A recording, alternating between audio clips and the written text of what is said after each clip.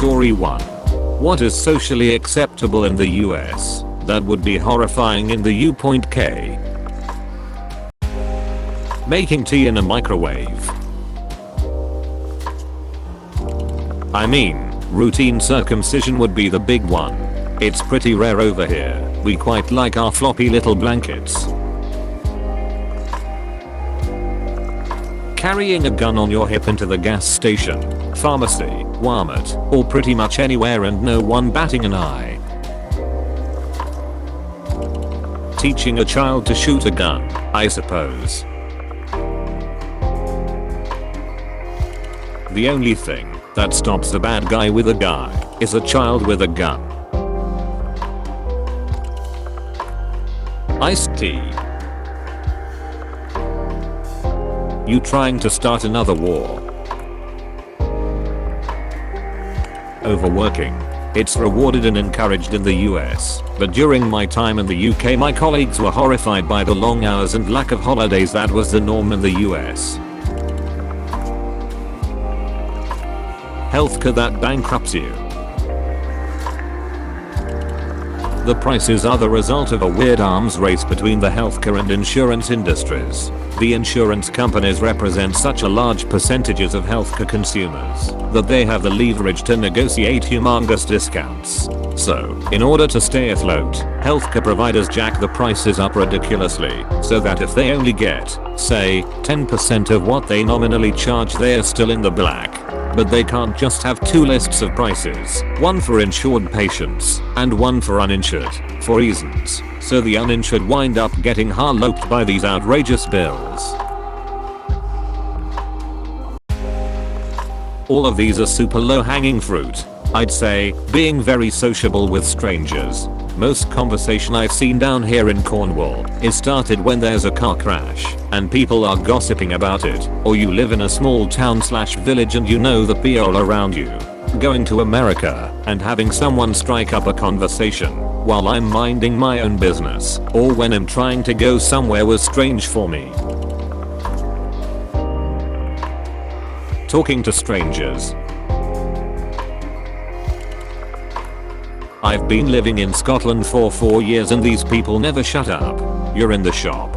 That's an invitation for somebody's granny to tell you that the price of butter had gone up 27p and it's a bloody liberty. You're trying to drop your kid off at school. You get to hear about Sharon's divorce. You're walking down the street. Your ears are public property now, and you're ducking like it. To be fair, Sharon's divorce was pretty awful. Ian kept trying to take everything, even though he was jobless for 8 months and Sharon had to pay the bills. Story 2. What are the biggest problems the United States of America is facing right now?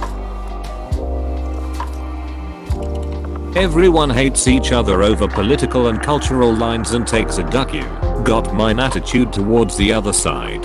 Every fucking thing gets rolled into the culture wars now too. Video games, movies, TV, music, fucking everything is being viewed through a political lens now. Personally, I'll say that the quality of art has suffered now that there is scrutiny and a kind of censorship at every level. People don't know what to make of it or who to rebel against. I would say arises tribalism. Too many people see those of opposing viewpoints as evil incarnate. If you're a liberal, the right calls you a snowflake, socialist, communist. If you're of the right, the left calls you racist, sexist, Nazi.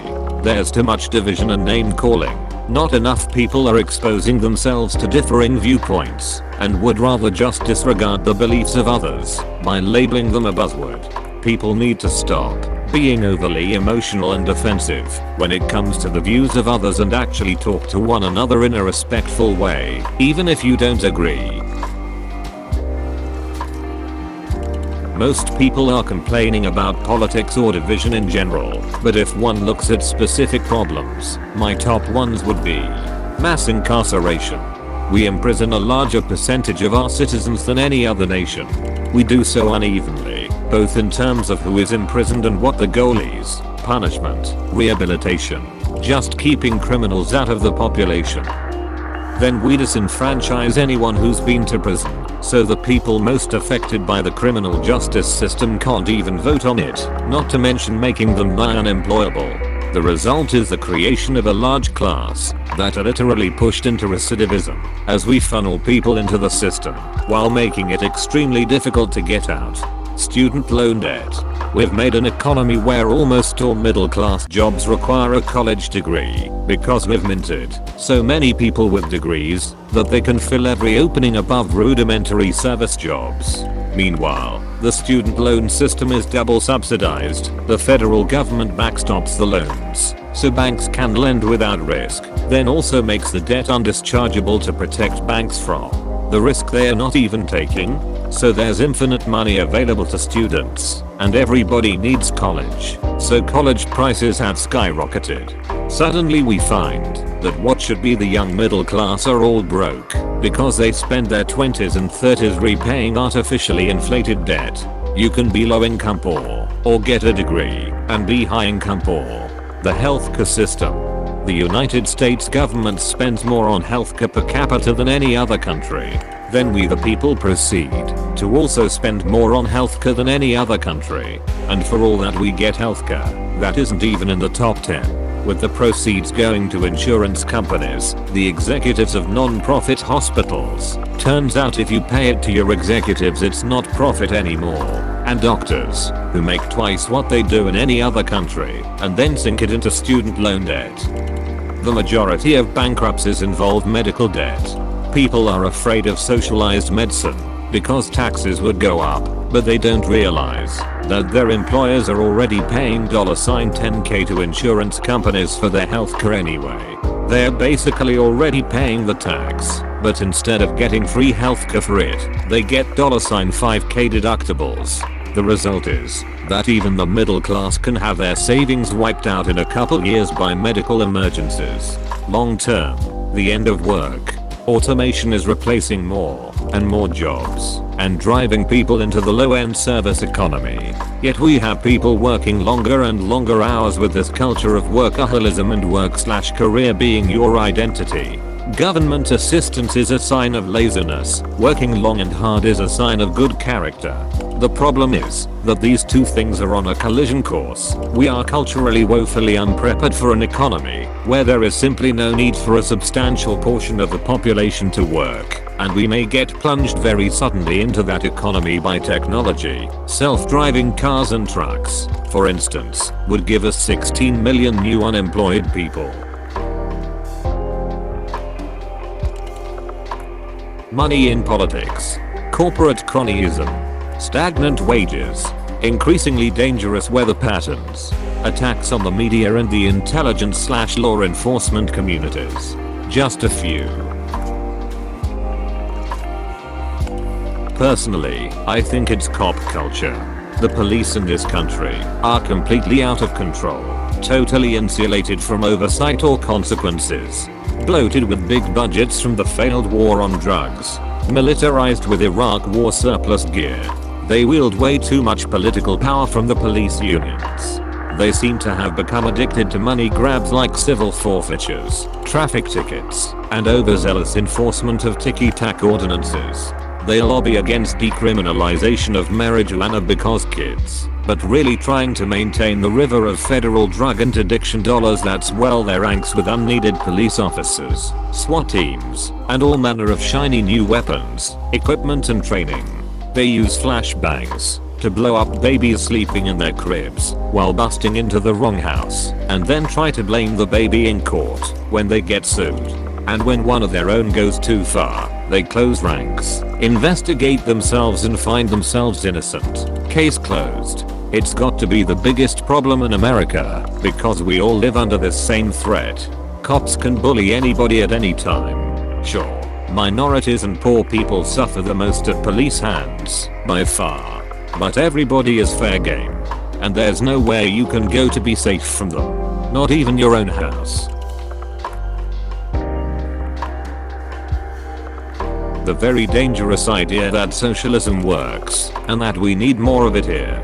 It's literally the biggest, most fundamental threat this nation faces. The worst part is that far too many people, including many here on Reddit, have fallen for its lies and false promises. It flies in the face of human nature itself. It will not lift people out of poverty. It will impoverish us all. It will not make people more healthy. It will wreck everyone's health. It will not make people more free. It will enslave us all. It is the most dangerous ideology since divine right, and it is responsible for more death and suffering than almost any in human history. Worse yet, there is historical proof. Concrete evidence. It has been tried over and over and over again, and when carried to its logical conclusion, it ends in failure, abuse, chaos, poverty, war, genocide, and totalitarianism every single time. Our elections are no longer about real issues that affect real Americans, or a sober analysis of who will be the best person to lead our country for the next 4 to 8 years. Instead, general elections are million or billion-dollar spectacles as candidates compete to see which one the internet finds most entertaining and can say the most outrageous stuff. Real policy prescriptions don't seem to matter anymore. Trump is not the cause of this trend, but he's definitely the epitome of it. Story 3. What are the big UK issues? The European Union is dominating politics here at the moment.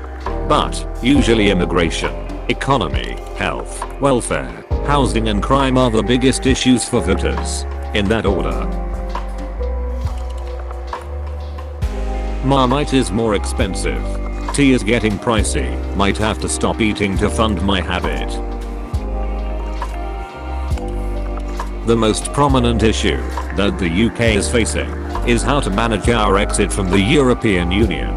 How we exit will dictate how other issues in our society are dealt with, because Brexit represents a pretty large structural change to the British status quo in regards to our economy/trade policy, our legal system, our foreign relations, our domestic social policy in relation to immigration, but also our civil liberties and rights, which are currently defined under European conventions, and what our country's role in the world is. In my opinion, outside of the particulars of the Brexit negotiations, our biggest issues are figuring out how to manage globalization in a way that doesn't just benefit certain sectors of our society while harming our working class. Figuring out how to create and maintain social cohesion so that we feel like one society and don't have ethnic or class tensions because of quick and unwanted cultural/demographic change due to immigration.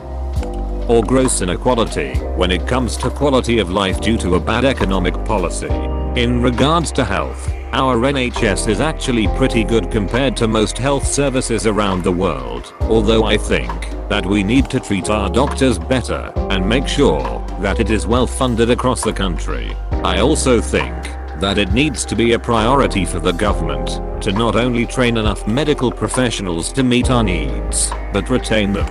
We aren't training enough doctors and nurses, and many of those that we do train end up emigrating to Australia or Canada or the United States for better pay or better conditions, which means that oftentimes we have to recruit from abroad. Our unemployment rate is 5.4%, which is pretty good compared to some other countries. We do have a problem with underemployment, which is exacerbated by the use of 0-hour contracts, which you may be familiar with, since your country just banned them. I think we should as well. They give millions of people an extremely precarious existence while inflating the government's employment statistics, since they are technically employed, even if they get 3 hours in a month. Disenfranchisement? I think many people, especially working class people and those who live outside of the southeast, have felt disenfranchised for a long time, and that contributed to the Brexit vote. Many of those people still feel disenfranchised, but at the same time a large part of the metropolitan upper middle class now also feels that way because of the vote to leave the European Union and the changes in government and public discourse that happened as a result. The main issue is health and social care. The NHS and social care infrastructure are in an appalling state. The levels of poor treatment, abuse, and neglect are unbelievable, unless you've worked in the sector or been personally in need of its services. Unfortunately, a lot of people are distracted by this silly Brexit stuff and immigration, so it doesn't seem that way, but that's the reality. Millions of people are suffering pointlessly because we have a government that detests the very idea of the welfare state.